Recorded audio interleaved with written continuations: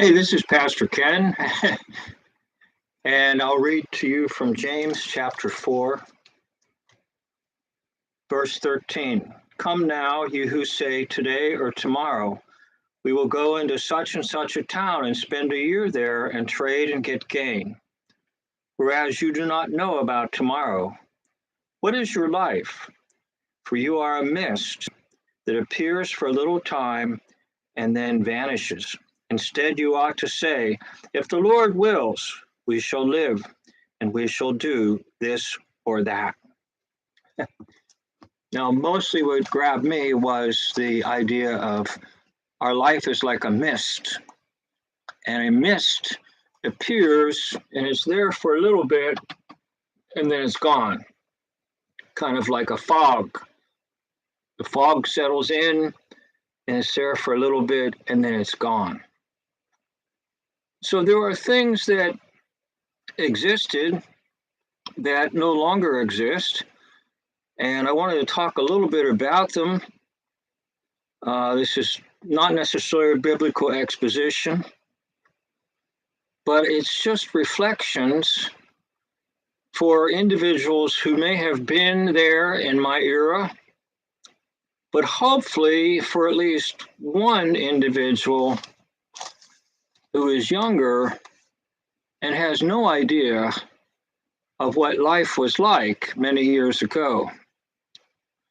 So I'm referring particularly to gasoline stations and filling up your car with fuel. Now, about 25 years ago, around the year 2000, I had conversations with a man by the name of Bill. And Bill owned a little gasoline station. He had 2 gasoline pumps and he had 2 bays to work on cars. So that's all he did, was pump gas or work on cars. He did not sell any food items or drink items or coffee or any of that stuff. Now, as I was growing up, basically, that's what existed in my area where I grew up and probably throughout almost the entire United States. You had an individual owner who maybe had 1, 2 gasoline pumps and had maybe 2 bays to operate on cars or fix cars or repair cars. Now, this would have been 25 years ago, so around the year 2000. When I would get gasoline at this little gasoline station, Bill would sort of mumble under his breath about EPA. And I could see he was always quite upset. And rightfully, he was upset because at that time, the EPA evaluated his tanks for containing gasoline and said they're not up to code. And that if he wanted to continue to pump gasoline, he would have to install new tanks. Tanks a lot. Now, looking into the matter and the cost of removing the old tanks and putting in new tanks was so incredibly high that he knew he was done. He was approximately about 62 years of age and was approaching retirement, and I believe wanted to continue on a few more years. But because of this regulation, Bill had to make the decision he would not install new tanks and he would no longer be able to pump gasoline in the local community. Now, I would often get my gasoline there. It was maybe 2 or 3 cents higher, but I supported him. I wanted him there. He worked on my cars and did a mighty fine job, I will say, and was mighty good to me and mighty good to many, many people in the community. But here's a man that put his whole life into this gasoline station and ran it probably for 40 years. He was going to pass it on to his son-in-law. But because of this regulation, it was too much. So he stopped pumping gasoline. He retired, but they continued to work on cars in just a two-bay area for 2 cars. Now, why am I saying all this to you? It's because I just came across a story that in California that they passed legislation. Now you have to have a double-walled tank for your fuel, meaning the owners of the stations. And many owners are putting up signs, closed permanently. They can't afford it. They cannot afford it. So Ma and Pa was put out, and now even small-time business owner is put out. And this is what you have in California at this time. And who's to say it will not come to your state as well? And now even the little business owners, not the Ma and Pa anymore, but even those who have a small conglomerate, they're done. Only the massive corporations can afford to remove old gasoline tanks, put in new ones. So what's it mean for you?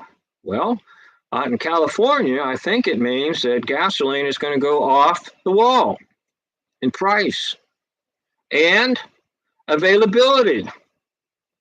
How can it be available if more than maybe half of these gas stations have to close? So it brought in my mind about things that were and no longer are or will be.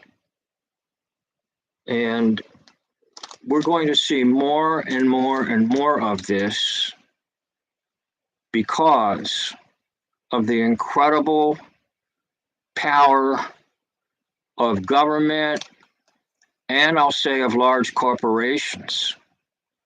So you have a lot of people, for example, who moved into 55 plus communities and they bought a mobile home, but they rent the property.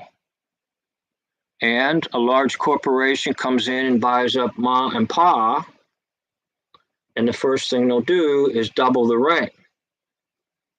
And the people who are seniors that live in those communities now can no longer afford the rent. They own the RV or they own the mobile home, but they have to pay rent. Why? Because it gets swallowed up by a large corporation. And then ultimately, that lifestyle disappears as an option for those who are seniors. So we're seeing right now many things that are disappearing. And back to the gasoline stations, there was a time when you pulled in with your car and maybe there was 2 gasoline pumps or 3 or 4 at most. And someone came out from a little house and they pumped the gasoline for you. In fact, that's the way it was in the 50s, 60s, and even on in through early 70s. Wasn't until about the 80s that it became almost norm that you pumped your own gasoline. So these things that are disappearing. It's like a mist. It's here and gone. And James kind of tells us and sort of warns us about sort of this impermanence of life and this sort of a misty feeling of things that were there but are not there anymore and probably maybe never will be. So we're probably headed in the direction of just mega gasoline stops whereby even small owners Small businesses won't be able to handle this. If it comes to your state or my state, the idea of being swallowed up by the great powers of these corporations and the little person feeling in a lot of ways almost helpless because of these things that are happening.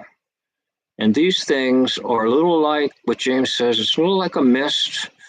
It settles in and it's there and then it's gone. And so the life that I knew earlier many years ago, with as far as like filling stations, gasoline stations, is just about gone because the little stations hardly exist at all anywhere. And you just pull now into an area where there's multiple gasoline pumps and a very, very large area. But I do remember the days of maybe one pump or two pumps, and that's it. And some individual coming out and putting the gasoline in for you and then cleaning your windshield.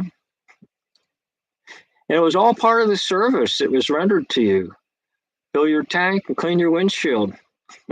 Sometimes they want to check your oil and be sure your oil is fine. Things that were are no more and may never be. Anyhow, it's just kind of a time of reflection for me. And I hope that you have some stories to share too about things that you knew of in your life and things that now have almost completely disappeared, but still you need to talk about them and share them with someone. So that's all this is about. I'll try to do some more casual videos here and there, but I will remain on the lines of biblical exposition and also along the lines of providing stories and illustrations for sermons as well as for speakers who want to exposit the Christian faith and share the love of God. Thank you for watching. This concludes the video.